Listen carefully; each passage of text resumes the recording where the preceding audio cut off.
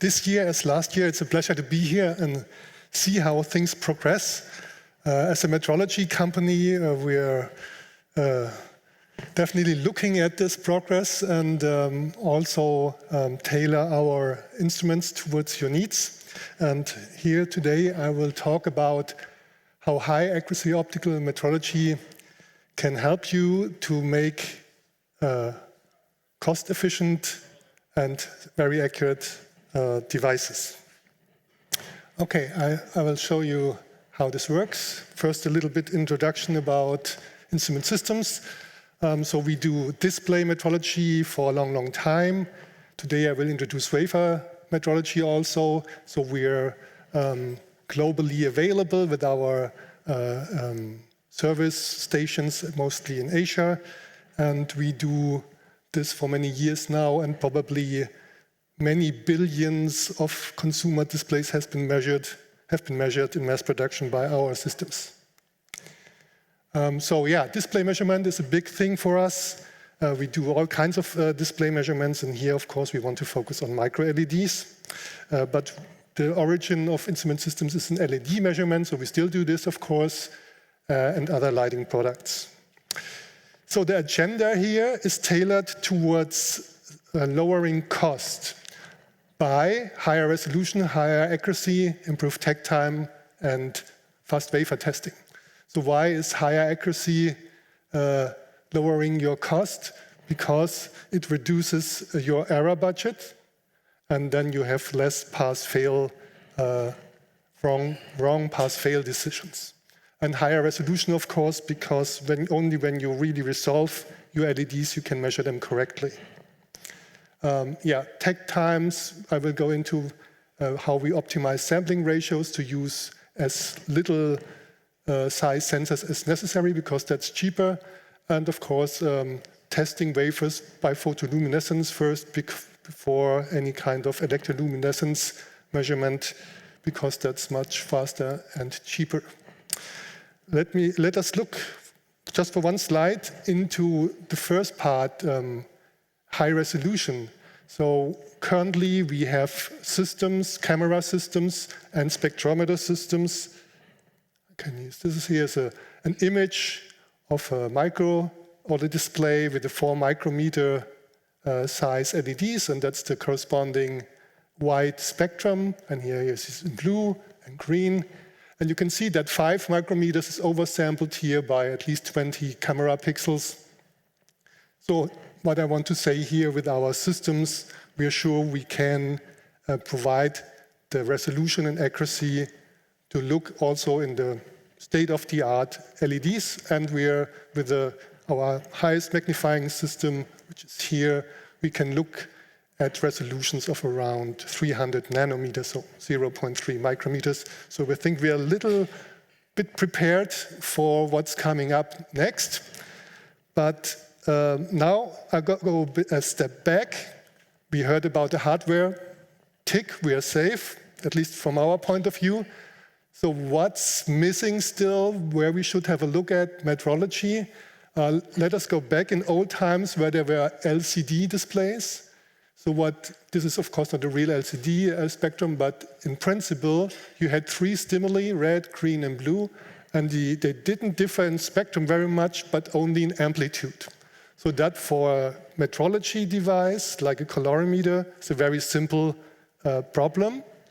When you go to OLED and nowadays to MicroLED, you have a strong spectral variation in between the different emitters. You have millions of emitters, and they are all individual emitters that might differ quite substantially. We've seen really substantial shifts here on the order of 10 nanometers, something like this. And also, bandwidth becomes very small. This is also not very good for tri-stimulus filter colorimeters. So we see this especially in all kinds of LEDs, white, phosphoric LEDs, colored LEDs, in AR, VR application with MicroLEDs and MicroOLED also, and also on MicroLED wafer testing. That's because a standard calibration is not well fitted to MicroLEDs, at least from our experience, what we look at, and that's due to the principle of similarity. because the colorimeters are calibrated in a sense on a standard light source, and this standard light source might be completely different from what you guys are looking at. The spectra we've seen can be quite different. I can show you here. We are looking at simple LCD spectra of a white display. This is a white OLED with narrower bandwidth already, and then you can see red phosphor peaks, for example, here, very sharp contours. We've seen the blue LED, white phosphor, and the micro-LED with very narrow bandwidth and shifting with current density. So thank you for the previous talk. We've seen that spectral shifts can be really strong as a function of color, current density.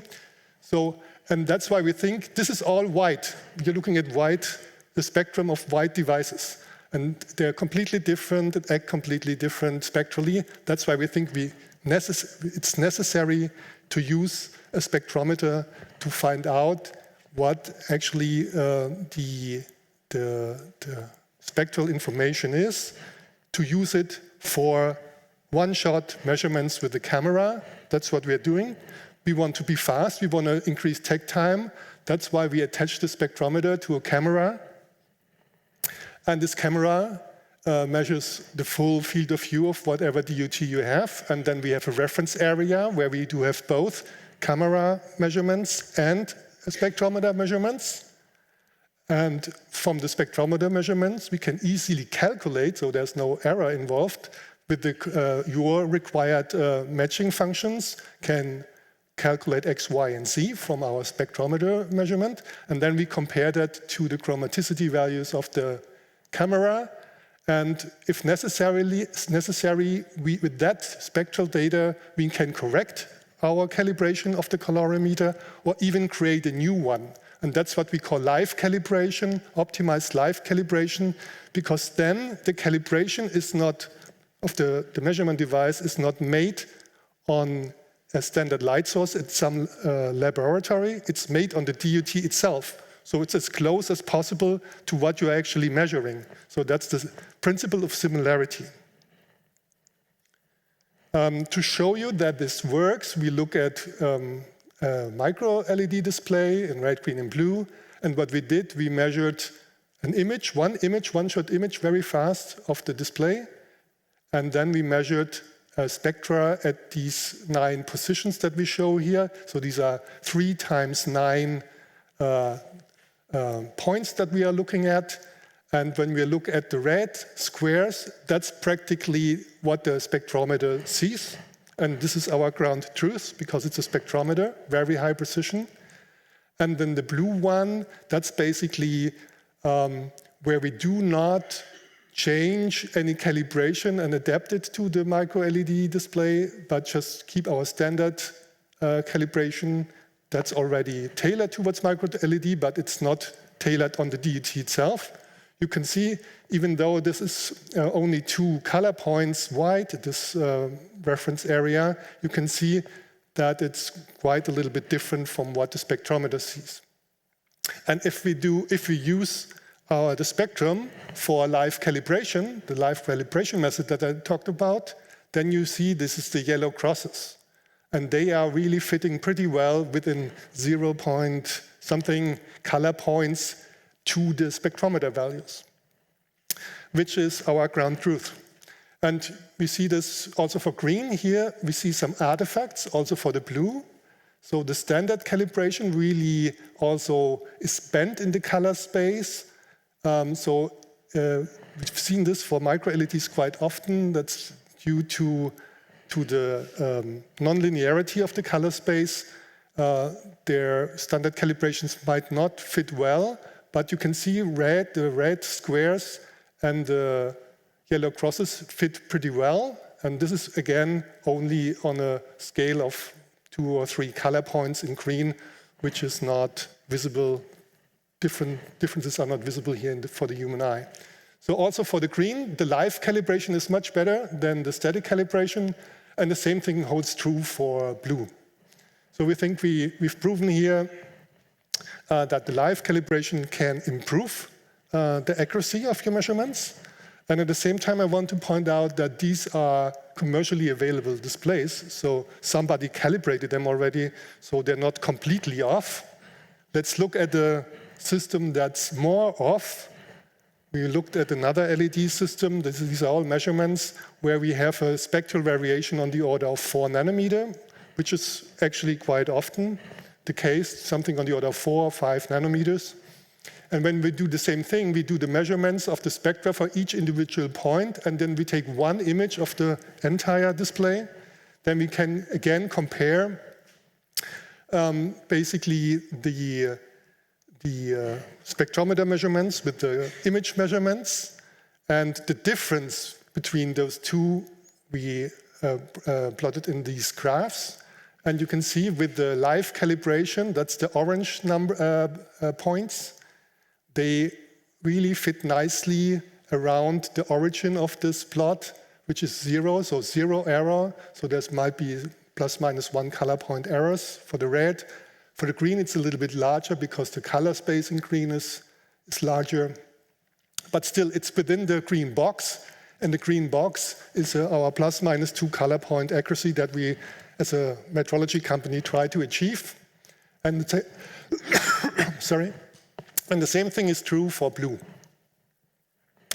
So when you create micro-LEDs and you need some reference and want to decide, is this a good LED? And we can use it for a display, or do we have to throw it away? I'm sure you want to have these statistics over here where you use this live method and have less than 1 color point accuracy or error or uncertainty in your measurement, rather than when we compare to the standard calibrations that are out there in the colorimeters, where you can have 4 root mean square color points error or maximum errors of even 12 color points. So we think this really helps you to make better path-fail decision, which in the end saves you money. And with that, I want to emphasize how important it is that calibration is adapted to the DUT that you're looking at, the micro-LEDs that you're looking at. And then I swap to the next topic, how to improve take time. Here I introduced an example that is based on an OLED phone, because micro-LED displays on that kind I cannot show here because we are not allowed to. But you can see that we have artifact structures on this OLED display, and even if we resolve it to the camera resolution, we see that 4 camera pixels resolve 1 DUT pixel. We have a sampling ratio of 4.2, and still we have these strong variations between 800 and 200 candela per square meter. This is an artifact. This is a moiré artifact because the sampling ratio is very close to the grid size of or the pixel size, basically, of 4 micrometers. So this is not real, and if you want to resolve this, you need a bigger sensor, which is very expensive. So this will be costly, or you do it by software. Michael Becker and me, we have published this paper at SID last year, this year, and where we show that we can find optimized matched moving window averaging filters, where we can actually correct for these moiré artifacts due to the low sampling ratio. I don't want to go into the details, we just built it in our software, but what I wanted to point out here, the sampling ratio is 4.2, and you still have these strong artifacts, even though the mismatch is only very small to this linear line here, which is true for integer sampling ratios. So this means if you go even to lower sampling ratios, these artifacts will be much stronger. Let me switch forward. This is the result. So in the end, you can see, I'm so sorry, on the luminance scale, you have a very uniform display, which it actually always was, but we couldn't measure it because the sampling ratio was so low. And just with our optimized filter, we created this or removed this artifact and got reliable numbers for every individual LED on that OLED display.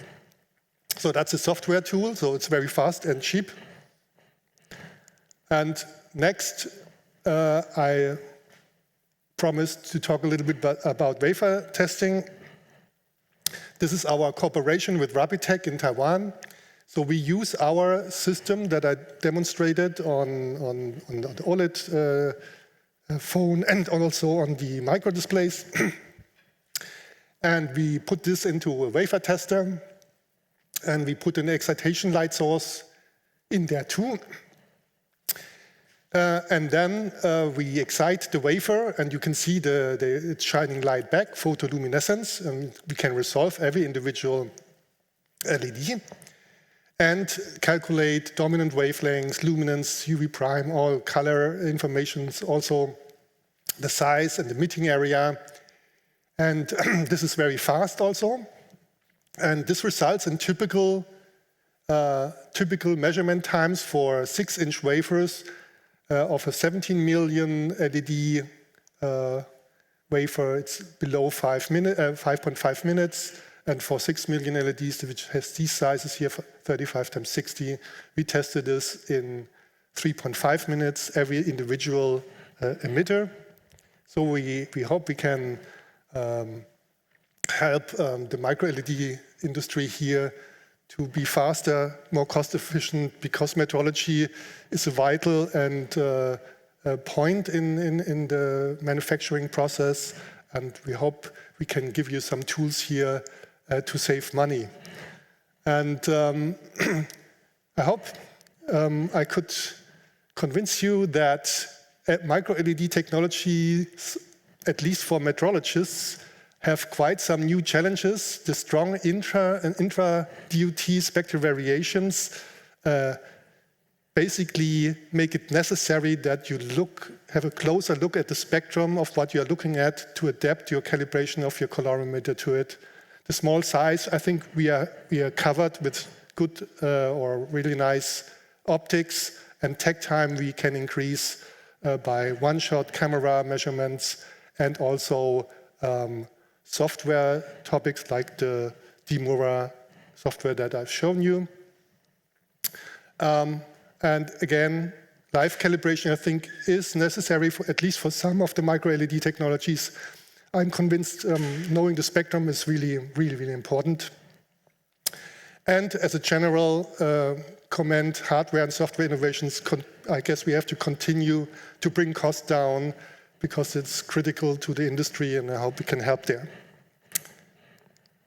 So thank you very much.